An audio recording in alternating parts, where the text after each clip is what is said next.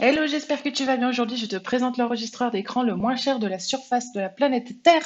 Il ne coûte que 9 dollars et il est très bien. Il possède des fonctionnalités que même les grands logiciels elles ont. Par exemple, le fait de pouvoir retirer le fond d'écran de ta caméra avec l'IA, d'enregistrer tes streamings et d'annoter les vidéos. Je te montre tout ça juste après. Mais avant, pourquoi acheter un enregistreur d'écran alors qu'il en existe tellement qui sont gratuits, me direz-vous? Notamment les extensions Chrome. Si on va sur le Google Store, on voit qu'il y en a plein et il y en a plein qui te permettent d'enregistrer ton écran gratuitement.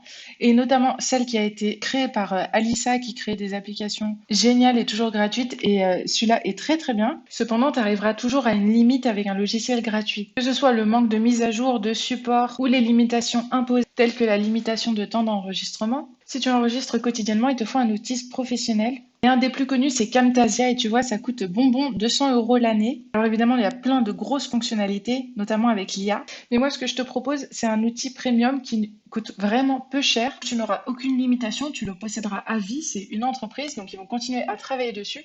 Et ce qui est un plus par rapport à toutes les extensions Chrome que tu trouveras gratuites, c'est que c'est une application Windows. Ça veut dire qu'il y aura beaucoup plus de fonctionnalités et que ce sera plus stable et plus rapide à utiliser, notamment avec le montage.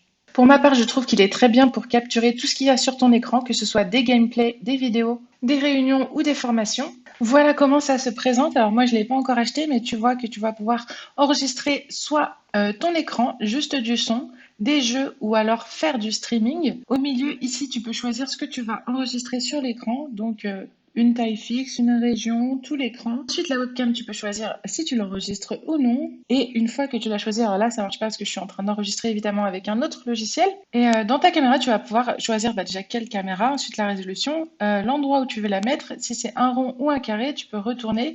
Et avec la version pro, tu peux, comme je te disais, retirer l'arrière-plan avec l'IA. Donc, tu auras juste ta tête et on ne verra pas chez toi. Tu pourras remplacer, par exemple, par un bureau ou un paysage qui t'intéresse. Donc ça, c'est vraiment cool.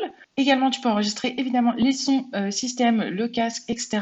et ton micro. Tu peux aussi choisir si tu veux montrer des clics lorsque tu fais ton enregistrement avec ta souris. Si tu veux le clic droit, le clic gauche, tu peux choisir quelle couleur et tu peux choisir également, du coup on va faire toutes les options, tu peux choisir où est-ce que tu vas enregistrer ton fichier, tu peux choisir comme on a vu format de sortie, etc., audio et le clavier également, tu peux choisir de montrer les frappes du clavier sur la vidéo en fait, donc pour quand tu joues à un jeu ou que tu veux montrer des trucs un peu complexes avec des hotkeys et tout, c'est pas mal. Tu as aussi des raccourcis pour lancer l'enregistrement, pause, reprendre, capture d'écran, etc. Et tu peux choisir de lancer le programme au démarrage, désactiver le compte à rebours avant l'enregistrement. Donc tu vois, il y a quand même pas mal de petites options super utiles. Ensuite, on a un petit centre de notification ici. Si jamais tu as des messages, tu vas également pouvoir prendre des captures d'écran, des images. Ici, tu vois, tu peux modifier la taille de ta capture, tu peux ajouter des annotations, des formes, des flèches. Tu peux faire retour en arrière si ça te plaît pas. Tu peux effacer les formes que tu as mis si ça t'intéresse pas. Et tu peux enregistrer, par exemple, cette capture d'écran qui va se retrouver ensuite dans ta liste des enregistrements qui seront ici, capture d'écran. Et du coup, pourquoi elle n'apparaît pas alors que je viens de l'enregistrer? Soit c'est parce que je suis en train d'enregistrer, je te mettrai un message sur l'écran pour te dire quand j'aurai terminé l'enregistrement si c'est un bug ou si c'est parce que je suis en train d'enregistrer actuellement l'écran avec un autre logiciel. Mais donc là, tu as de la liste des enregistrements audio, vidéo, capture d'écran. Et donc ça, c'est cool. Tu vois, il y a 2 vidéos que j'ai fait par le passé qui sont disponibles directement ici. Je peux les lire avec mon logiciel de mon choix. Je peux également, il y a un tout petit outil de montage qui est intégré. Donc, si je veux couper ma vidéo, je peux le faire. Je peux supprimer le filigrane avec la version pro. Je peux rajouter des modifications d'enregistrement à partir d'ici.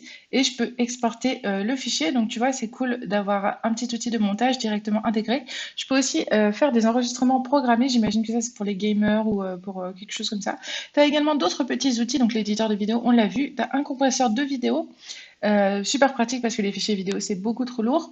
Et un denoiser donc pour retirer le bruit de ta vidéo si tu es dans un endroit bruyant. Voilà, on a fait le tour des options d'enregistrement. Et ici, tu vois, quand tu choisis les différents modes d'enregistrement, donc là, si on revient sur enregistrer juste l'audio, eh ben, on a un petit visualisateur, des petites options un peu plus pratiques que dans la vision principale, Pour le jeu, c'est pareil, enregistrement du jeu, tu peux choisir un jeu, etc. Alors moi, je n'y connais rien, donc je vais pas t'aider, mais tu peux choisir un processus, donc enregistrement, un jeu. Mêmes options que dans l'enregistrement principal. Et pour le stream, tu as également les mêmes options que d'habitude et tu peux aussi choisir la plateforme de streaming si tu veux enregistrer un stream. Donc ça va t'enregistrer un fichier de qualité à partir de Netflix, Prime Video ou ce genre de choses. J'imagine que du coup ça te permet peut-être d'enregistrer alors que tu n'es pas sur l'onglet principal et ça te permet d'aller chercher une qualité qui serait peut-être meilleure que si tu enregistrais directement l'écran. De ce que j'ai vu, c'est un bon logiciel. J'ai vu des améliorations sur ces derniers mois parce que j'avais déjà utilisé il y a un petit peu bout de temps. Si on va sur leur site officiel, tu pourras en savoir un petit peu plus sur l'outil avec pas mal de démonstrations. Tu peux l'utiliser gratuitement pour voir si c'est quelque chose qui t'intéresse.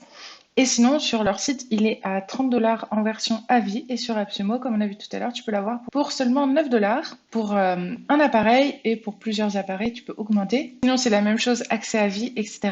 Également, dans la version gratuite, tu as une limite d'enregistrement de 3 minutes. Ça te permet de voir si cet outil, il est fait pour toi. En tout cas, si tu es sur un petit budget et que tu veux quand même un outil qui ait aucune limitation, je te conseille vivement d'aller voir cet outil un petit peu plus en détail. Voilà, dis-moi ce que tu en penses si tu l'utilises. Et si tu souhaites un outil plus avancé qui soit une vraie alternative à Camtasia, un vrai logiciel de montage, je te conseille vivement de regarder Screen to Video qui est sur AppSumo depuis très très longtemps déjà. Je ne sais pas s'il va rester encore. Comme tu vois, 96 avis positifs. C'est vraiment un super bon outil, une alternative à Camtasia quasiment égale. Tu peux faire tout niveau montage. Il est vraiment pas cher. Et là, on est 100% sûr niveau qualité parce que ça fait des années que je le suis, le gars qui est derrière ça. Et il continue de développer son application. Il prend en compte les feedbacks. Il a intégré l'IA. Enfin, j'ai pas regardé en détail, mais je sais qu'il y a certaines fonctionnalités qui ont été ajoutées récemment, notamment le fait de trim les silences, de retirer les silences dans ta vidéo, donc comme pourrait le faire l'application très connue Descript. Donc voilà, pépite, celui-là, je te le recommande à 100%. C'est une valeur sûre pour faire du montage avec des transitions, des annotations, des sous-titres, des voice-overs, des animations, etc., etc. Si tu veux que je t'en fasse une review en détail, n'hésite pas, je le ferai parce que c'est un super bon outil. Il est un peu plus cher.